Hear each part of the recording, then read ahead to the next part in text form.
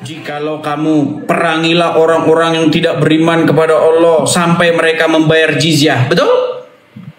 Benar. Makanya saya bilang bang, ganti Tuhan bang.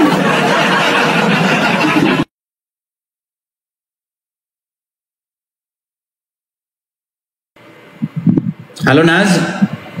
Halo. Iya. Gimana Naz? Halo. Sudah menyimak dari tadi, saudara Naz? Ya, saya sudah nyimak dari udah lama sih nyimak Kang Edis. Aduh, Kang Edis itu bagus sekali. Saya itu sendiri orang Islam ya, dan apa yang Kang Edis lakukan itu secara umumnya dapat menelanjangkan orang-orang Islam itu sendiri. Nah, iya. Bagus. Karena ya, gini bang. Ayo monggo. Ya, begini. Kita sebenarnya perdebatan antara Islam dan Kristen itu intinya orang Islam itu cuma pesan begini, jangan kau tuhankan manusia. Kan cuma itu. Itu lagunya Rhoma Irama. Hai katakan terere. Cuman itu aja kok intinya. Makanya saya bilang begini, kalian itu sadar nggak sih bahwa kalian itu mempertuhan Muhammad? Saya setuju sama Kang Edis. Iya, gitu loh. Kenapa kalian bilang jangan menuhankan Yesus sementara kalian mempertuhan Muhammad? Ya kayak Kang Edis bilang kan, kalau Islam berbicara tentang Kristen dakwah, tapi kalau Kristen berbicara tentang Islam, ayo kayak penistaan agama. Ya, menindas agama. Karena kita itu tidak melihat dari sisi pandangan yang lebih besar ya. Kita terlalu duduk di satu-satu kelompok dan tidak membuka minda. Maaf ya, saya berbicara dalam bahasa yang bisa semua mengerti karena saya asli dari Malaysia. Ya, salam. Dan saya mengerti sih secara pribadi, menuhankan Muhammad itu ya harus dimengerti dulu definisi menuhankan. Contohnya kayak menuhankan uang, menuhankan tahta, menuhankan wanita. Di mana kita meletakkan diri kita itu, apa sih fokus kita dalam kehidupan ini? Kalau fokus kita pada uang, ya kita menuhankan uang.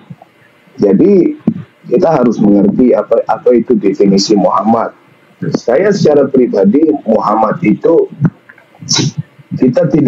nanti kita akan sadari kita sebenarnya Quran itu tidak membicarakan Muhammad yang di sana, Muhammad secara zahir, Muhammad yang sudah meninggal, tetapi Muhammad yang ada dalam dirimu, yaitu cahaya.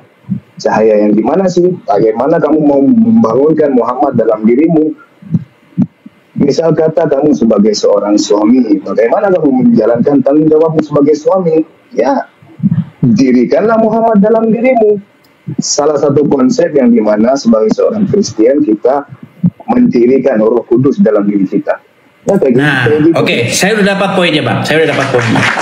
Jadi intinya gini bang. Artinya mustahil seseorang Muslim itu menjadikan Allah sebagai Tuhan atau Tuhannya, mempertuhan Allah tanpa dia itu mempertuhan Muhammad, ya betul kan? Betul. Nah, di dalam kekristenan seperti itu, mustahil mempertuhan Bapa di surga tanpa mempertuhan firman-Nya. Saya setuju. Gak bisa kita mau patuh kepada Bapa di surga tapi gak patuh kepada sang firman-Nya. Nah, ya, sekarang ini kita kan sudah bicara mengenai roh nih, kita udah bicara mengenai roh. Bagaimana kita itu harus hidup sesuai dengan roh itu, ya kan? Roh itu menggerakkan kita itu supaya kita ngapain kan gitu. Setuju. Nah, jangan sampai rohnya setan itu yang menggerakkan kita. Nah, kalau rohnya setan yang menggerakkan kita kan akhirnya apa? Kita mengulurkan tangan terhadap barang orang lain. Ya kan? Ketika roh setan itu yang menggerakkan kita, kita apa? Kita melakukan perbuatan-perbuatan yang jahat. Nah, di dalam inti daripada Bible itu bagaimana supaya orang itu dikuasai oleh roh Tuhan. Benar. Nah, di dalam ajaran agama Islam tadi Anda sudah utarakan inti dari ajaran agama Islam itu. Anda bilang bagaimana Anda itu Nur Muhammad itu yang memimpin Anda kan gitu. Benar. Nah masalahnya begini bang, kalau Anda mengikuti Nur Muhammad itu, yang Anda lakukan tadi bang, jikalau kamu bertemu orang Yahudi dan Nasrani di jalan, maka persempitlah jalan mereka. Jikalau kamu perangilah orang-orang yang tidak beriman kepada Allah sampai mereka membayar jizyah, betul? Benar. Makanya saya bilang bang, ganti Tuhan bang. Ya, karena pada satu peringkat kita harus mengikuti rukun-rukun yang telah ditetapkan oleh Tuhan itu sendiri ya. Karena kita dari seorang manusia nggak bisa terus melompat ke sifat-sifatnya Tuhan. Itu dari kita sebagai seorang manusia harus mencontohi ya yang dinamakan figur otoritasi, karena Muhammad itu sendiri seorang manusia. Kalau kita berbicara tentang sejarah, kebanyakannya hanya diutarakan tentang kebaikan-kebaikannya. Yang namanya juga seorang manusia, nggak mustahil sih, nggak ada melakukan kesilapan yang kita sendiri nggak tahu. Nah, jadi, makanya begitu bang. Saya pernah menulis satu buku bang, gini. Mengikuti Muhammad itu, saya ibaratkan, saya tulis dalam buku saya itu seperti mematuhi traffic light, tahu? Traffic light yang ada lampu merah, hijau itu, seperti mematuhi traffic light yang rusak. Loh, kenapa? Kenapa saya katakan begitu? Karena Anda percaya Muhammad itu bisa melakukan kesalahan. Nah, ketika Anda menjadikan sosok Muhammad sebagai otoritas di dalam hidup Anda, tetapi di detik yang sama Anda percaya dia bisa berbuat salah, maka Anda seperti seseorang yang mengambil lampu traffic light itu dan Anda yakini itu bisa salah. Berarti di detik-detik tertentu Anda bisa fatal, bisa kecelakaan. Nah, tetapi ketika kita menjadikan Yesus sebagai otoritas di dalam diri kita, sebagai Roh Kudus sebagai otoritas dalam hidup kita, dia tidak pernah salah, gitu loh. Yesus tidak melakukan kesalahan. Nah, sedangkan Muhammad melakukan kesalahan. Makanya yang layak dijadikan Tuhan, yang layak dijadikan otoritas itu Yesus, bukan Muhammad. Ya, saya setuju dengan kata-kata Kang Idris, karena setiap manusia itu ikut peringkat kepada apa yang mereka percayai. Kalau kepada saya memahami setiap definisi Yesus itu apa, Muhammad itu apa. Karena kita tidak terlalu memandang kepada figur otoritas. Karena dalam Islam itu, kalau kita berbicara tentang ikutan syariat, dan bila mana kita mengatakan tentang syariat, kita harus mengikuti apa yang terjadi di luarannya. Contohnya kayak kalau kita membela itu jambang kan, kayak Muhammad, ya itu setakat luaran aja sih. Kalau kamu mau membela jambang, apa bedanya kamu sama kambing? Nah, gini bang, ini bagus nih bang, gini. Saya melihat bang gini, saya itu cukup mendalami agama Islam bang, dan saya perhatikan bagaimana tingkah laku orang-orangnya, gitu kan. Banyak saya lihat orang-orang Islam itu mereka memperpanjang janggutnya, ya kan, dan mereka percaya ada bidadari-bidadari bergelantungan di sana, ya kan. Kemudian kakinya, celananya itu harus isbal itu namanya kan, istilahnya cingkrang begitu ya. Nggak tahu kalau bahasa Malaysianya. Nah begini bang, saya melihat apa yang dilakukan oleh saudara-saudara Muslim itu tak ubahnya hanya sebuah ritualisme. Setuju. Saya lihat mereka mempercapek dirinya.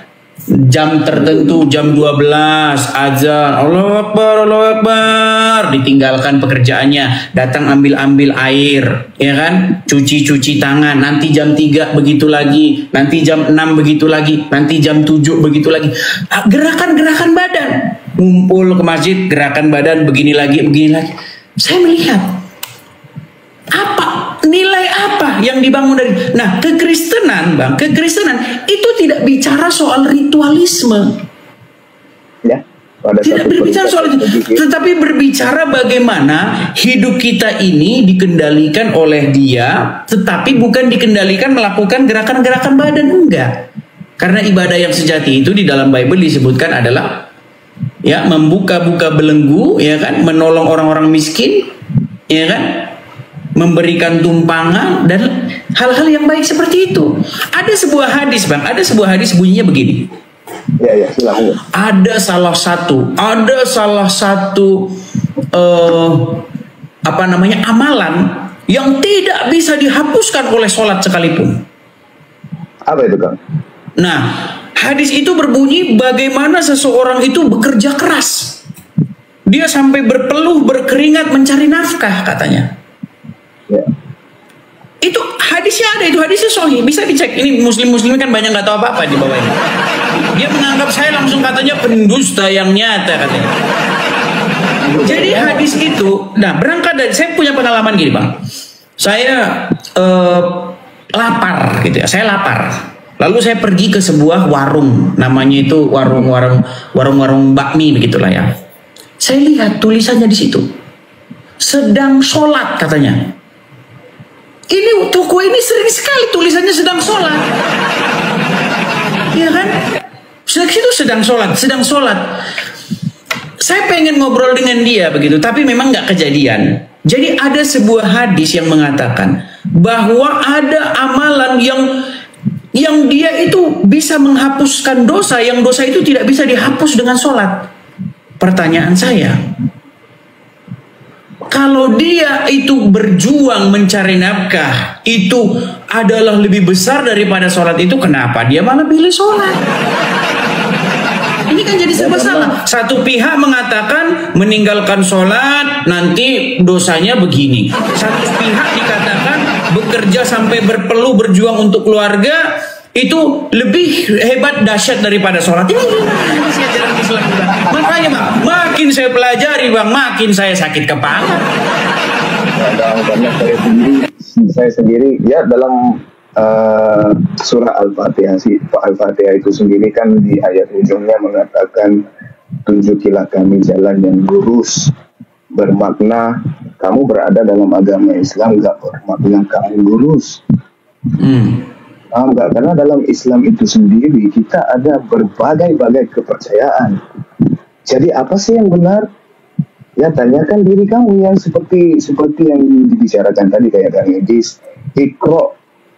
Iqra itu membaca, apa yang dibaca bukan Quran itu, tapi bacalah dirimu, bacalah kitabmu. Setiap satu orang kamu ada kitabnya masing-masing. Tapi kalau menurut saya itu tafsir bebas, Bang.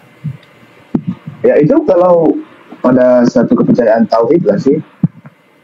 Tapi gini Bang ya, kalau kita memang serba salah Bang, ngikutin narasi atau alurnya orang Islam, kita makin sakit kepala. Ngikutin narasi Anda nampaknya seperti tafsir tanpa batas. Saya kasih contoh begini. Di dalam riwayat-riwayatnya orang Islam, suatu ketika Muhammad itu bertahanus di Gua Hira. Nah, ketika dia bertahanus di Gua Hira itu ada satu sosok yang menampakkan diri kepadanya. Tapi sosok itu dalam riwayat itu tidak pernah memperkenalkan dirinya. Dia hanya berkata Iqra, bacalah. Nah, yang menjadi pertanyaan begini Bang, di dalam goa itu kan gelap. Betul nggak? Betul. Terus ketika dia membentangkan tulisan kah atau apa, ini apa yang harus dibaca? Gak logis gitu, ceritanya itu gak masuk akal. Ya kan? Itu yang dikatakan buta huruf sih. Karena iya, juga dikatakan dia buta huruf. Katanya dia tidak bisa membaca. Bagaimana mungkin ada malaikat sudah tahu dia nggak bisa baca disuruh baca? Makanya Bang, ini saya harus ikuti narasi siapa? Makanya Bang, saya itu betul-betul saya itu menaruh konsentrasi untuk membedah agama Islam. Ini agama Islam ini datangnya dari mana? Kenapa? Itu saya menghabiskan waktu 13 tahun Bang. Makanya saya tahu betul agama Islam itu apa. Begitu. Keren. Teruskan perjuanganmu Kang Edis. Seperti yang kita bicarakan tadi, yaitu ya orang Islam kebanyakannya hanya menuju kepada ritual. Pada satu peringkat itu nggak salah sih, kita juga tidak menidakkan, juga tidak membatalkan apa yang mereka lakukan. Tetapi kita harus pahami apa sih sholat. Sholat itu adalah jambatan menuju kepada apa efek setelah kamu melakukan sholat. Itu sih esensinya. Kalau udah melakukan ritual tapi masih mengatakan orang, masih julid, masih nggak memberi uang pada orang, kayak sholatnya itu nggak ada kemana-mana sih. Oke, berarti goalnya, berarti tujuannya adalah bukan yang ritual itu, betul? Betul. Kalau begitu kenapa kita lakukan ritualnya? Saya kasih contoh, Bang. Saya kasih contoh. Ini saya kasih contoh umpama ya, supaya nalar kita terbuka gini. Di situ ada uang, taruhlah uangnya 1.000 ringgit, ya kan? Nah, ada dua cara ini. Goal kita, aim kita, tujuan kita itu adalah uang 1.000 ringgit itu. Nah, pertama, Anda harus jungkir balik dulu, salto, ya kan? Jungkir-jungkir, guling-guling, mandi lumpur, ya kan? Puasa 40 hari 40 malam, baru ambil itu duit itu. Atau yang kedua, Anda langsung ambil duit itu. Mana yang Anda pilih? Langsung ambil duit kan? Karena itu goalnya kan? Kebiasaannya apa yang diutarakan sih? Iya. Nah, seperti abang bilang tadi, sholat begini, terus begini. Tapi kalau tetangganya susah dibiarkan, ya percuma, betul nggak? Nah, artinya yang penting itu kan sebenarnya membantu. Makanya di dalam Bible itu ibadah yang sejati itu. Sama juga ya, dalam Islam kalau kita pahami sholat itu mendirikanlah kesejahteraan apa. Tapi begini Bang, tapi memang ya, tapi gini, saya pernah membaca juga sebuah hadis. Ini ada seorang wanita, dia seorang wanita muslimah, ya, dia curhat bagaimana dia itu seorang janda. Ya kan, dia punya anak, dia kerja siang malam, ya kan, single mom lah gitu ya. Dia cerita dia nangis gitu. Ini obrolan gini. Di dalam ini kami, di dalam iman kami, yang saya sekarang terguncang karena itu, dia bilang begitu. Dia bilang gini, meninggalkan sholat, kata dia, meninggalkan sholat itu dosanya lebih besar daripada berzina, katanya. Lebih baik berzina daripada meninggalkan sholat. Pernah dengar hadis itu nggak? Nggak pernah sih secara. Nggak pernah dengar. Jadi gini Bang, perempuan itu begini. Bagaimana mungkin, kata dia, bagaimana mungkin? Ya kan? Meninggalkan sholat yang ritual begini-begini itu lebih besar dosanya ketimbang berzina. Artinya lebih baik berzina daripada meninggalkan yang begini-begini. Apa sih esensinya? Makanya itu yang saya tanya, begini-begini itu esensinya apa gitu. Bahkan saya pernah begini. Saya melakukan survei kepada muslim-muslim yang naik ke sini. Saya tanya, begini itu apa artinya? Gak ada satupun yang bisa jawab. Kaki harus berbentuk begini, begitu kakinya. Kalau duduk, begitu kan duduk tahiyat. Kenapa? Nggak ada yang bisa jawab. Bahkan ini saya sudah buat gambarnya Bang.